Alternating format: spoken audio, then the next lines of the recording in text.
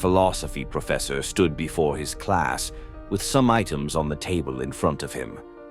When the class began, wordlessly, he picked up a very large and empty mayonnaise jar and proceeded to fill it with rocks, about 2 inches in diameter. He then asked the students if the jar was full. They agreed that it was. So the professor then picked up a box of pebbles and poured them into the jar. He shook the jar lightly. The pebbles, of course, rolled into the open areas between the rocks. He then asked the students again if the jar was full. They agreed it was. The professor picked up a box of sand and poured it into the jar. Of course, the sand filled up the remaining open areas of the jar. He then asked once more if the jar was full. The students responded with a unanimous yes.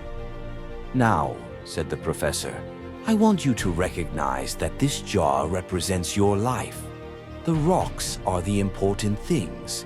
Your family, your partner, your health, your children.